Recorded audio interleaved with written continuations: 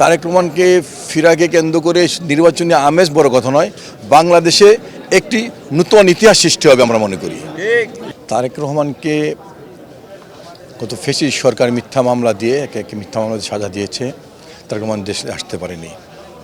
বাংলাদেশের মানুষ তারেক রহমানের অপেক্ষা আছে।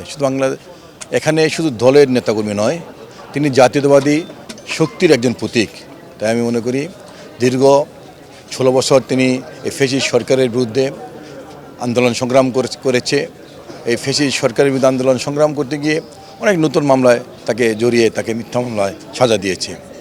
বাংলাদেশের মানুষ প্রমাণ করেছে যে তারেক রহমানকে তারা ভালোবাসে। তাই আগামী দিনে খুব শীঘ্রই তারেক রহমান দেশে ফিরে আসবেন, সেই অপেক্ষা বাংলাদেশের মানুষ আছে। যেদিন তিনি দেশে ফিরবেন সেদিন বাংলাদেশে কি হবে আসলে বলা যায় না। বাংলাদেশে একটি জনসমুদ্রে পরিণত হবে, যা কখনো বাংলাদেশের মাটিতে হয়নি। আমরা সেই অপেক্ষায় আছি যেদিন তারেক রহমান আসবে। সব কিছুই তারেক রহমানকে দেশে ফিরে কেন্দ্র করে বাংলাদেশে সব কিছু একটি নতুন